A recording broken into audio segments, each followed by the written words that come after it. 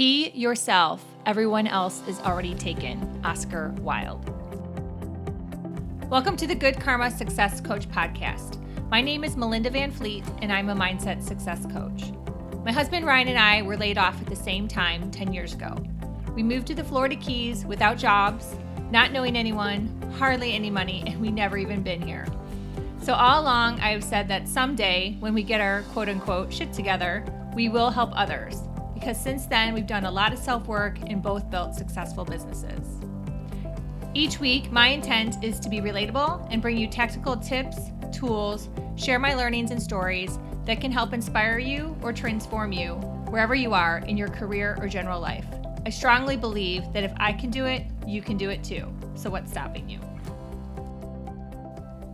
My topic this week is about being yourself and really embracing what makes you unique, what makes you different. And there's a lot of chatter and discussion, podcasts, articles, coaches out there right now that are really embracing this topic. And I think it's amazing. I think it's amazing for anyone of any age. I think it transcends generations. I think it transcends gender. It's such an important topic for people in this world of comparison to really stop and understand what makes them unique, what makes them special, and embrace it. And it could be something that you maybe think originally was ugly or painful or someone else might not like and they might judge you for. But those things are what makes you unique and special. Last weekend, I had the amazing opportunity to attend a workshop with Carly Pinder. I briefly mentioned it last week in my podcast, but it was a different topic. I just mentioned the meditation part. And it was about comparison. And one of the exercises we did in the workshop was first we had to pick a partner and we had to get to know them and share a little bit about them ourselves. And then we had to share then to the group about the other person. And it was amazing to hear how other people describe someone else. So how I might describe the other girl who was my partner, Natalie, and what I saw in her might not necessarily be something that she sees in herself. And there was another girl in the group that I know as well. And it was interesting to hear her because she wasn't able to speak about herself. She maybe was shy or insecure or didn't see those things about herself yet.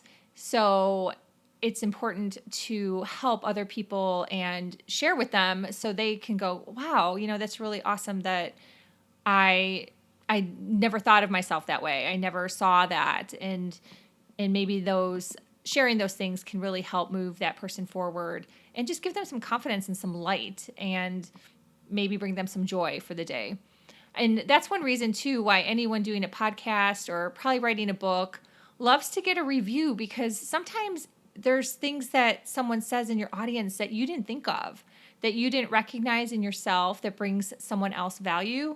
And that's why we all are creating content, is to share with the world, to share our experiences, to share our stories, and to really provide value and hopefully help someone else on their journey, whether it's learning or getting better in a certain task. It could be like with my husband with fishing. He tries to help people get better with fishing. I would love to help someone just understand that they are an amazing person and that they can do it. That is in simplest form how I feel. And with all that being said, it's great when someone can help you see those things in yourself. I've been reading this book called The Pink Goldfish. I briefly mentioned it in my Instagram and Facebook stories this week. And it is by Stan Phelps and David Rendell. And I'm halfway through it. It's really good. It's an easy read if you are someone like me who maybe doesn't like something super intense, but I love to learn. So I'd say it's an easy read, and you can read a couple chapters at night before you go to sleep, or just during the day. You can probably sit outside and read this book really easily. And one of the chapters I just read was about really embracing the things that you don't want to do, which is really cool too. And is another aspect of being yourself. So, for example, I'll use Chick-fil-A because I love Chick-fil-A, and Chick-fil-A does not want to be open on Sundays, and they stick to it. So it goes against the popular grain in that, fast food restaurants should be open, 7 days a week. They took a stance since the beginning and are not open on Sundays. Another one, and another food place I like, is Five Guys. I happen to love hot dogs. I grew up in Chicago, and I love hot dogs with cheese, and I can easily get a hot dog with cheese at a Five Guys in South Florida. There's a few of them. One in Key West, for example.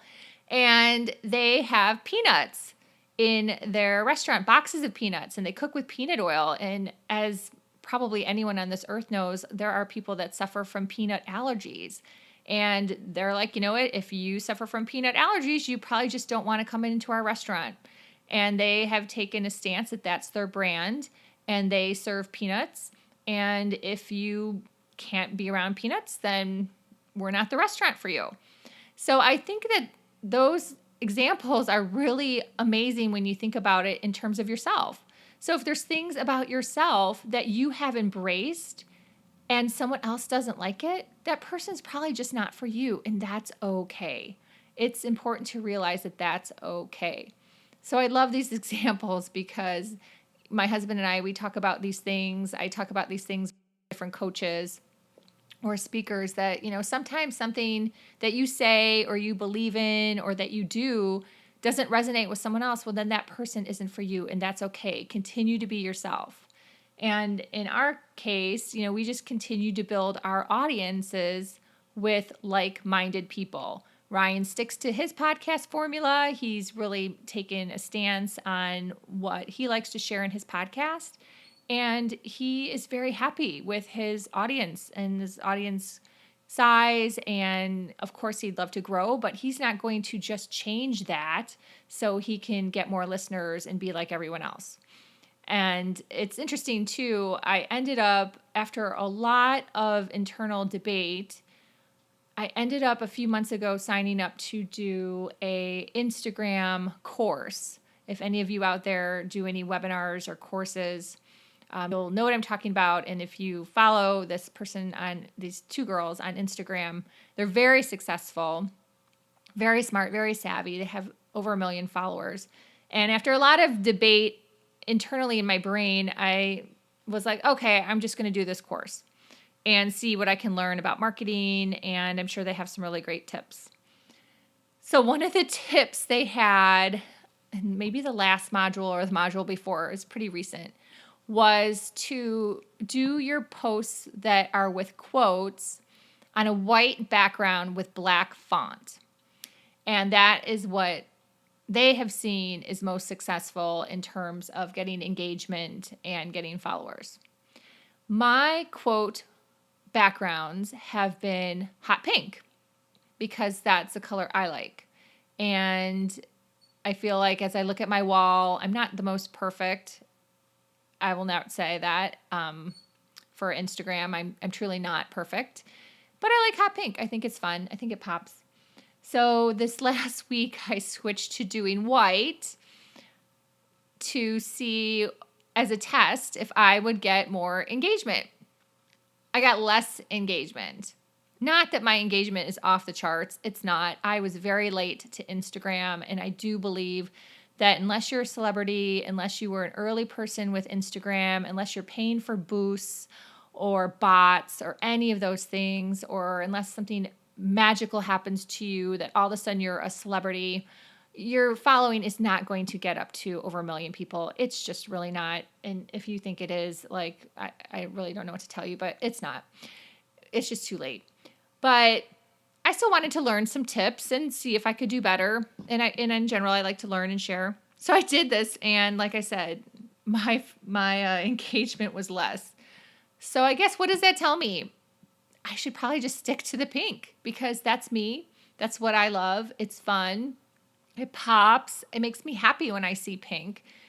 it doesn't make me happy when I see white. When I look at a sea of Instagram quote posts and I feel like everyone must be taking their course because now I feel like everyone's doing white backgrounds with black font for their quotes, that it looks the same. Everyone looks the same. Everyone's got a white background with black font for their quote posts now. So it kind of cracks me up.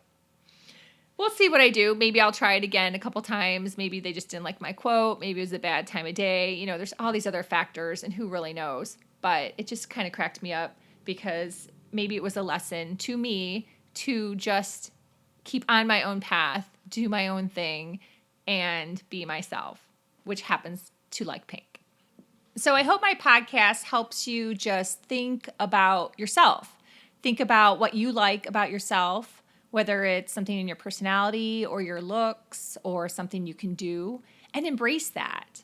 And then also think about what you are not going to put up with or what you don't want to be like, and embrace that as well. Embrace both sides. And as I read more into this book, maybe I'll share some more things from this book, or definitely go get it, called Pink Goldfish. And like I said, there's lots of podcasts out on this topic, different coaches, different books, etc. And it's all great content. So if you see anything out there about being yourself, definitely check it out and see if you can pick up more tips. And feel free to share with me. I would love to hear from you.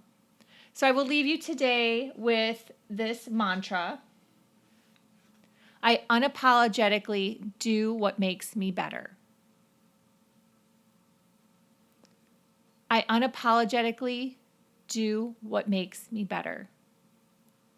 So if you're like me, I'm always working on fine-tuning my mindset, and I say mantras and affirmations several times a day. When I meditate, I write things down. I say things before I go to sleep. Whatever works for you. Those are just my tips, but figure out whatever works for you and make it a habit. Practice things daily and make them a habit so you can see overall change and be your best self. So thank you for listening. If you like my podcast and found value, I would really love it if you shared with a friend or family member, or also left me a review on iTunes. I truly appreciate them. I read them. I love to hear feedback. I love to hear suggestions. So anything you have to say, I'm always all ears because I'm always learning and growing myself. You can find me on Instagram or LinkedIn. Those are the two places I hang out. Or you can email me at melinda@melindavanfleet.com. Till next time, be grateful, be curious, always be learning, and you know what? Have some fun too. Thanks for listening.